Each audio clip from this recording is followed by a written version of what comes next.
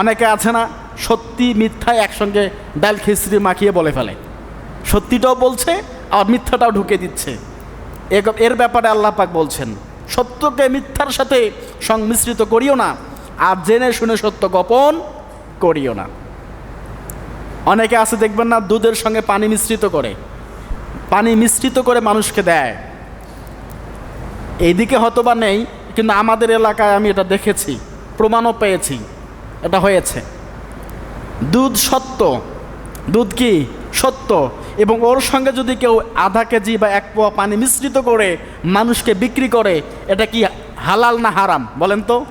এই বাকি 1 পোয়া পানির জন্য আপনার 4 লিটার দুধ হারাম হয়ে গেল। আল্লাহ পাক মনে হয় আজকের দিনের কথাগুলো দেখে দেখে আমাদেরকে বলছিল। সম্মানিত হাজিরিন, তো মিথ্যা কথা বলা যাবে? মিথ্যা কথা বললে আল্লাহ পাক সে বান্দাকে পছন্দ করে না। মিথ্যা কথা বলা যাবে না। মিথ্যা কথা এমন ভয়ঙ্কর একটা মিথ্যা কথাকে সত্যি প্রমাণ করতে গেলে আর 10টা মিথ্যা কথা বলতে হয়, 10টা দিয়েও হয় না। ঠিক কি না বলেন? এটাই সত্যি কথা। তো মিথ্যা কথা বলা যাবে না। আমরা রমাদানের একটা যদি শিক্ষা নেই যে আমরা মিথ্যা কথা আর বলবো না, তাহলে এই মিথ্যা কথা না বলার কারণে আমাদের অনেক আমলগুলো, ভালো ভালো কাজগুলো আমাদের জন্য কি হয়ে যাবে? সহজতার থেকে সহজ হয়ে যাবে। আমার দাদা একটা গল্প আমাকে বলেছিল, আমি ছোটোবেলায় দাদার কাছ থেকে গল্প শুনতাম। দাদা বলেছিল, দাদার পাশে গিয়ে বসছিলাম তো, এই প্রায় যখন আমার 7-8 বছর বয়স হবে। তো দাদা বলছে, এক ছিল মুয়াজ্জিন আর পাশের ছিল একজন বাড়ির চোর। মসজিদের মুয়াজ্জিন আর এলাকার একজন চোর। তো চোর রাত্রিবেলা চুরি করে দিনের বেলা ঘুমায় আর ভালো ভালো খাবার খায়, ওর ভালো চলে।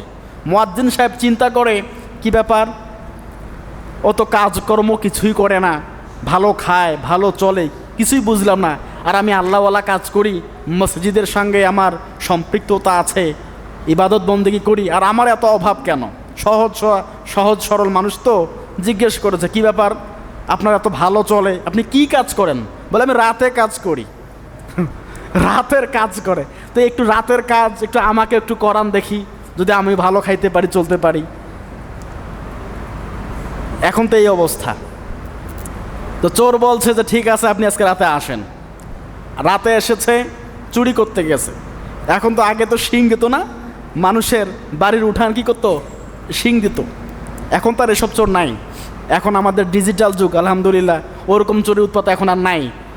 এখন মানুষ আগের থেকে অনেক সচেতন, অনেক অ্যাডভান্স, আলহামদুলিল্লাহ। তো ঘরের পিঁড়ির মধ্যে শিং দিয়ে চুরি করতে ঢুকেছে। তো নতুন মানুষ, ও তো আর জানে না। মুয়াজ্জিন সাহেবকে ঢুকিয়ে দিয়েছে ভিতরে, যান যাহা আছে সবাই ঘুমিয়েছে, নিয়ে বের হয়ে চলে আসেন। ঢুকে গেছে, ঢুকে গিয়ে দেখে তো ফজরের আজান দিয়ে দিচ্ছে। কিসের আজান? ফজরের আজান দিয়ে দিচ্ছে। এদিকে ফজর আজান দিচ্ছে, উনি তো মুয়াজ্জিন সাহেব, ওনার আজান দেওয়া অভ্যাস, ও ঘরের ভিতরে আজান দেওয়া শুরু করে দিছে। লোকজন উঠে বলে, কি ব্যাপার, আপনি এখানে কেন, কি অবস্থা? বলে, আজান দিচ্ছে, আজান দিতে হবে না, আজান দিচ্ছে ঘরের ভিতরে। মানুষজন ধরে মারতে শুরু করবে।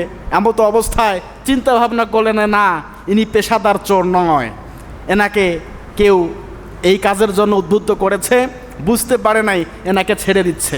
আপনি কেন চুরি করতে আসলেন? অভাব অনটন, এই টাকা দিয়ে সংসার চলে না, স্ত্রী বাচ্চাকে খাওয়াইতে পারি না। মানুষও বুঝতে পেরেছে যে না, এ পেশাদার চোর নয়, ইনি আসলে কি মানুষ, ভালো মানুষ, তাকে একটু সাহায্য সহযোগিতা করে ছেড়ে দিয়েছে। এই যে সত্য মানুষকে কি দেয় বলেন? মুক্তি দেয়, আর মিথ্যা ধ্বংস করে।